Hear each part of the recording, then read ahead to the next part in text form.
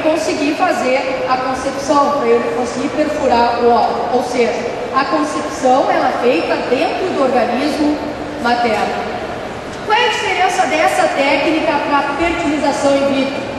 A fertilização in vitro, a concepção, ela não ocorre dentro do organismo da mulher. Ela é feita fora, é feita num tubo de ensaio, o que se chama proveta. Daí o nome bebê de proveta, certo? Então eles coletam o sêmen, coletam o óvulo e fazem a concepção na proveta. E aí nós temos a formação do embrião. Depois, 3 a 5 dias, eles pegam o embrião e vão implantar o embrião lá no organismo materno. Mas isso é tão simples assim como eu estou dizendo? Não, essa técnica não é tão simples. Por quê? Porque para o aumento do sucesso da técnica, os médicos têm que fazer com que essa mulher tenha uma maior ovulação, que ela produza um número de óvulos mensais aumentado, para poderem fazer, né, a retirada desses óvulos. Então, o que eles fazem? Os médicos estimulam o organismo materno através de medicamentos, de injeções de hormônios para ela ovular uma quantidade maior.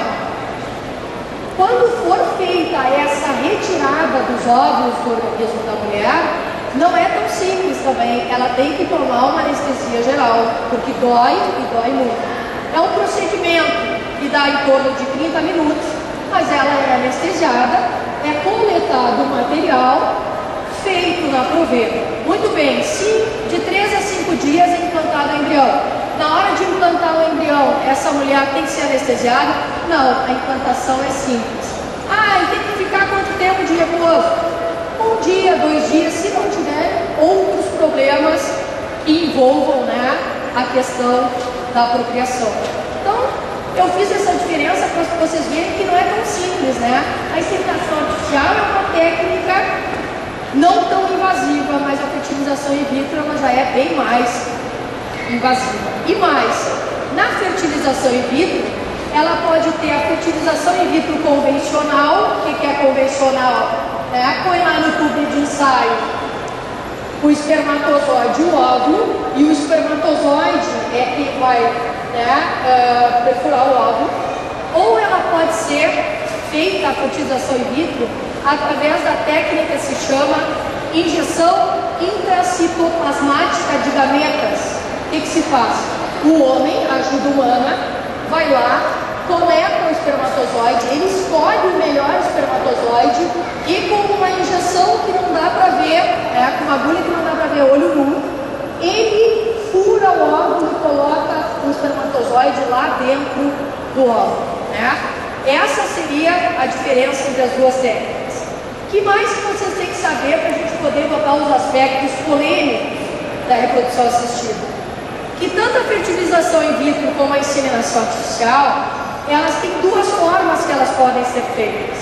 Elas podem ser feitas na forma homóloga ou na forma heteróloga. Qual é a diferença entre uma ou outra? A forma homóloga é quando o casal que vai se submeter a essa técnica, ele vai se utilizar do material genético, ou melhor, para fazer essa técnica vai se utilizar o material genético do próprio casal, daquele homem, daquela mulher. O que eu quero dizer com isso? Que quando esse bebê nascer, aquela mulher vai ser a mãe biológica dessa criança e o pai vai ser o pai biológico, o material genético é deles, apesar da concepção não ter se dado através da cópula. Mas a concepção ela pode ser também na forma heteróloga. Quando é que é heteróloga? Quando o homem ou a mulher, um dos dois, ou até os dois, o material genético deles não tem capacidade para a procriação. Então, se não tem capacidade para a procriação, vai ter que se valer de um doador, de um terceiro.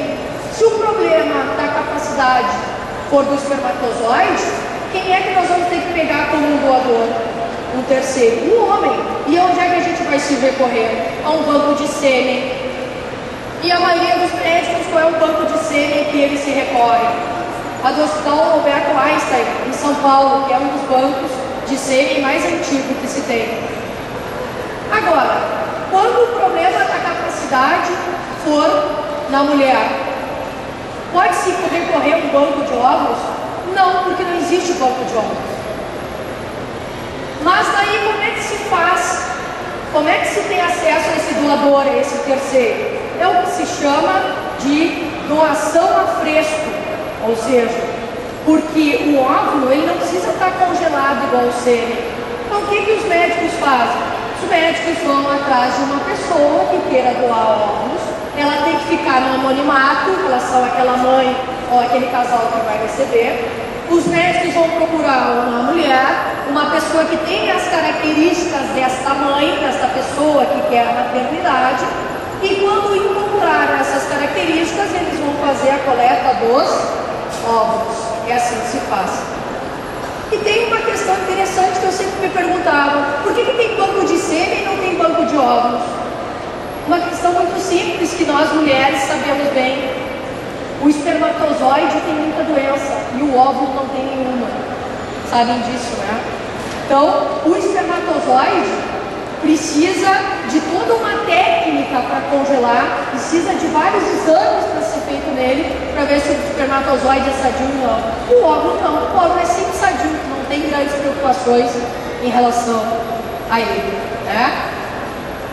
Muito bem, agora eu vou fazer, de posse de já ter feito a diferença entre a fertilização in vitro, a inseminação artificial e a forma homóloga e heteróloga, que depois nós vamos travar, né, uma polêmica em relação a isso, e aí eu quero ver vocês conversando comigo. Nós vamos fazer uma breve digressão para ver então onde é que tem essa questão jurídica, onde é que elas estão no nosso ordenamento jurídico, em quais legislações. Bom, a reprodução assistida é algo muito novo entre nós. A Constituição Federal de 88, ali ficou previsto o planejamento familiar. Então a Constituição Federal de 88 previu o planejamento familiar. O que é o planejamento familiar? O planejamento familiar são técnicas de acesso ao homem, a uma mulher, a um casal, que desejam evitar filhos, que desejam aumentar a prole ou que desejam diminuir a prole. E o que a gente tem com essa previsão constitucional, esse planejamento familiar? Esse planejamento familiar é para quê? Para que as pessoas, os cidadãos, tenham acesso tanto a métodos conceptivos, para ter prole, para aumentar a prole, como os cidadãos terem acesso aos métodos contraceptivos, que são os anticoncepcionais, né, para reduzir o número de filhos ou também para evitar os filhos.